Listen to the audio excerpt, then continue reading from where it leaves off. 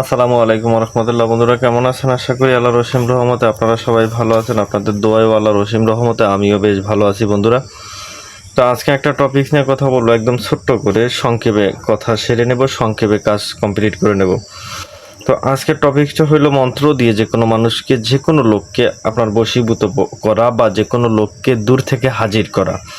এক কথায় বলতে গেলে এটা দিয়ে বশীকরণ কাজও হয় এবং দূর থেকে আপনি যে কোনো মানুষকে হাজিরও করতে পারবেন।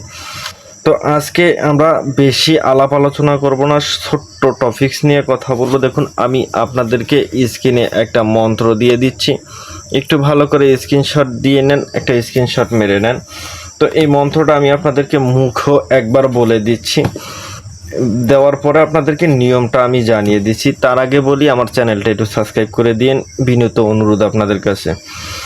তো আসুন আমরা মন্ত্রটা একবার শুনি। আর্তা পিয়ালি তার্তা পিয়ালি ছাপ্পান ছাপা লা ইলাহা ইল্লাল্লাহু কাহা ইয়াইন সাদহা মিনাইন মিন কাবিয়া মালিক ইয়ামুদ্দিন ইয়াকানা আবুদু ওয়া ইয়াকানা ইস্তাইন লা ইলাহা ইল্লা আনতা সুবহানাকা ইন্নী কুনতু মিনাজ জালিমিন।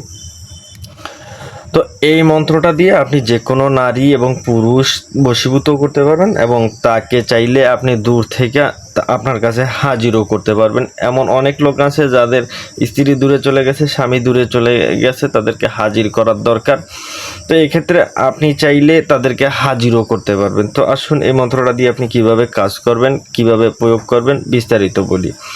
তো এই মন্ত্রটা দিয়ে আপনাকে কাজ করতে গেলে আপনাকে সর্বপ্রথমে নিতে হবে লবণ। একটু মতো লবণ নেবেন, মোটামুটি 1 কেজি মতো লবণ নেবেন। লবণ নেওয়ার পরে আপনি এই মন্ত্রটা রবিবার দিন ঠিক দুপুর 1টার দিকে, রবিবার দিন ঠিক দুপুর 1টার দিকে আপনি 40 বার, মাত্র 40 বার আর্তা পিয়ালি তার্তা পিয়ালি ছাপ্পান চাপা লা ইলাহা ইল্লাল্লাহ কাহাইন সাদিয়া মালিক ইয়ামুদ্দিন ইয়াকানা আবুদু ওয়া ইয়াকানা ইস্তাইন লা ইলাহা ইল্লা আনতা সুবহানাকা ইন্নী কুনতু মিনাজ জালিমিন। এই মন্ত্রটা 40 বার পরে 40টা ফুঁক দিবেন। এভাবে 40 বার পরে 40টা ফুঁক দিয়ে আপনি এই লবণটাকে প্রস্তুত করে নেবেন। লবণটা প্রস্তুত হয়ে যাওয়ার পরে আপনি ওই রবিবার দিনই এই লবণটাকে 7টা ভাগ করবেন। কয়টা? 7টি ভাগ করবেন। 7টা ভাগ করবেন।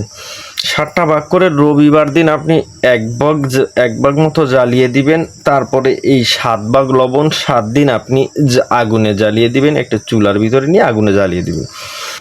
7 দিন কমপ্লিট হইতে না হইতে ওই যার জন্য আপনি কাজ করেছেন ওই লোক পাগল পাড়া দেওয়ানা হয়ে আপনার কাছে হাজির হইতে বাধ্য। আপনার কথা উনি শয়নের স্বপনে শুনতে বাধ্য।